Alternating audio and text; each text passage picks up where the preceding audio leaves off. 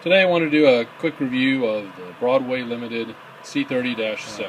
The two models that are in blue and yellow are in the Paragon 2 series from BLI, and the Kodachrome one is one of their Blueline locomotives that I've installed a NEC decoder in addition to the sound decoder that it comes with.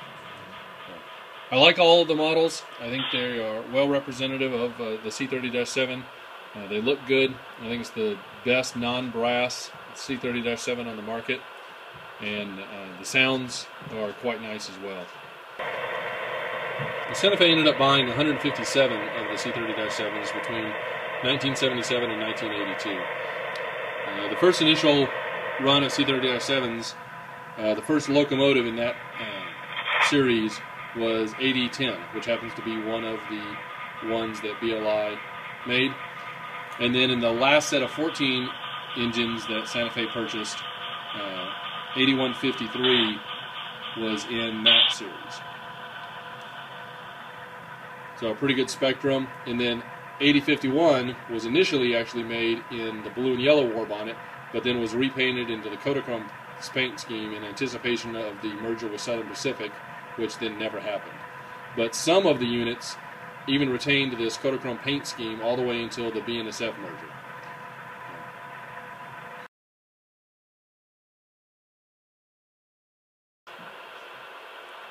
As you can see, the models are slightly different cab configurations on them.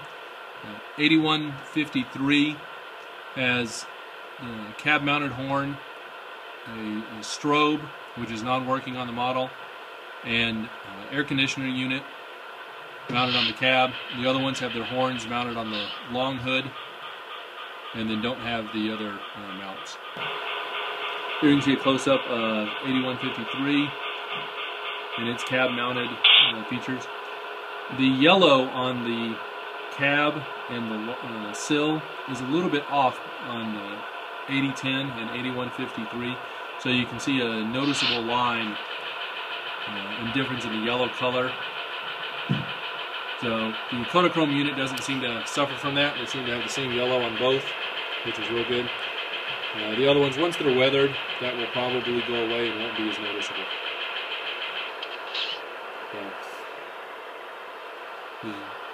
But on 8153, this is a pretty accurate depiction of how the locomotive should look. The photographs that I have of it actually have a blue brake wheel on the nose instead of the yellow brake wheel, but that's easily fixed. And then moving over to the Kodachrome unit, nice accurate depiction. The paint looks good, the colors are nice. One interesting problem, for some reason BLI chose to put a white on the top of the nose. In all the reference photos I've seen and all the Kodachrome units I've actually seen in person, that should be black. So, and I've got photographs specifically of 8051, and it has a black on the nose there instead of white. One thing that the BLI C30-7 model does get wrong on all the different variants is it doesn't have an anti-climber on the front of the nose. All the pictures of all the Santa Fe C30-7s that I've got, and the ones I've seen, all have anti-climbers.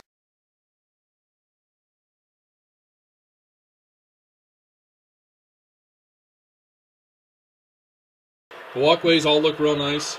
All of Santa Fe's walkways were blue on that, and that's depicted properly on the BLI models. And they've all got lighted number boards in the back, as you can see here. On the Kodachrome, they actually accurately depict where the number boards have been painted over and eliminated on the rear of the locomotive, which was done on a lot of the C30-7s later on during some of the rebuilds. Another thing you'll notice on here is that the cab window configurations are different. On the initial orders of the Santa Fe C30-7s, of which 8010 was on the initial order, it actually is the lowest road number of all the Santa Fe C30-7s. They had 4 windows on the side of the cab. The 2 auxiliary windows on many units later on were filled in. This was to reduce maintenance costs because they didn't have to replace the glass. And then during some of the rebuilds, the windows actually went away, and then on the last order, of C30-7s, they didn't have the windows at all. 8010 did initially come with the 4 windows, but within a few years, those auxiliary windows were filled in, and even though some C30-7s still had all 4 windows for years to come, 8010 specifically didn't. 8051 did have 4 windows as well when it initially was delivered in its blue and yellow scheme, and then the windows were eliminated when it was repainted as a kodachrome unit in about 1987. And then 8153 actually specifically never had the auxiliary windows, the 4 windows. So it is inaccurate to show that it had its windows filled in, because 8153 was part of the last 14 units that Santa Fe purchased of C30-7s, and it always had the modified cab where it never had the auxiliary windows. And so that's actually inaccurate. It should have the BLI. What they should have done is put the same side cab that they've got for 8051, where there's no windows at all, but then still gone ahead and had the air conditioning unit and horn and strobe that they've got on 8153 to be accurate. So it's a relatively minor point. It's not a huge thing. One thing I really like about the C30-7s is they have real good, nice smooth performance, in that even without any tweaking, these locomotives are just straight out of the box. You can see even at a pretty slow speed, it has a nice steady movement and without any real jerking.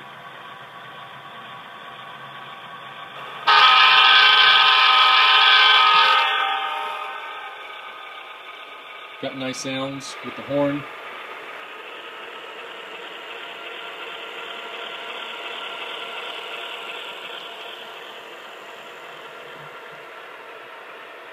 And 8010 is exactly the same.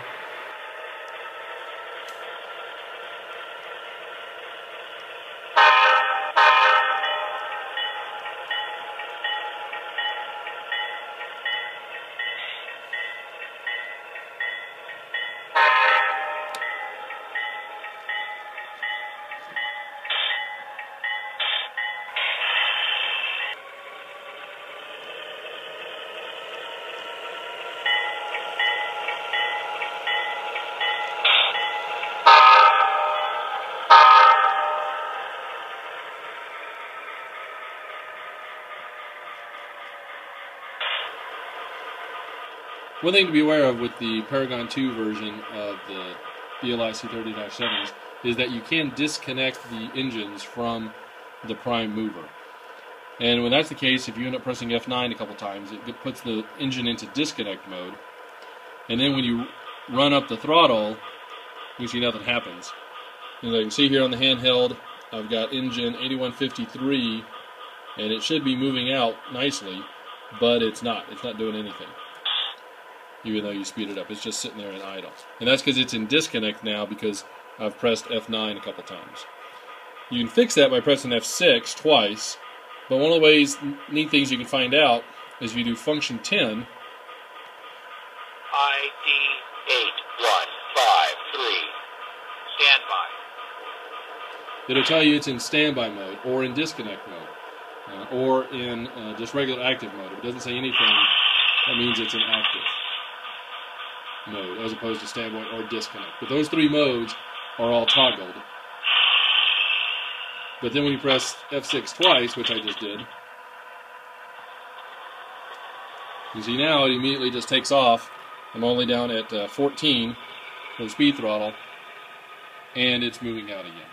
So just something to be aware of, so that you're not thinking that you have to reset your decoder or anything to get it working again. Just use F10 and it'll tell you the status. So now if it's in active status, when you do F10, ID 8153. you see it doesn't tell you it's in standby, it doesn't tell you you're in disconnect. So just another little tidbit, that's pretty good.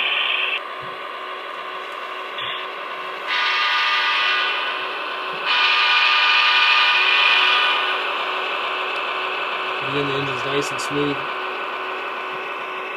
No issues with jerking or anything.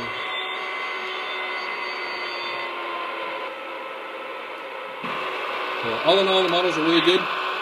If you're looking at a C30-7, probably, like I said, the best one on the market.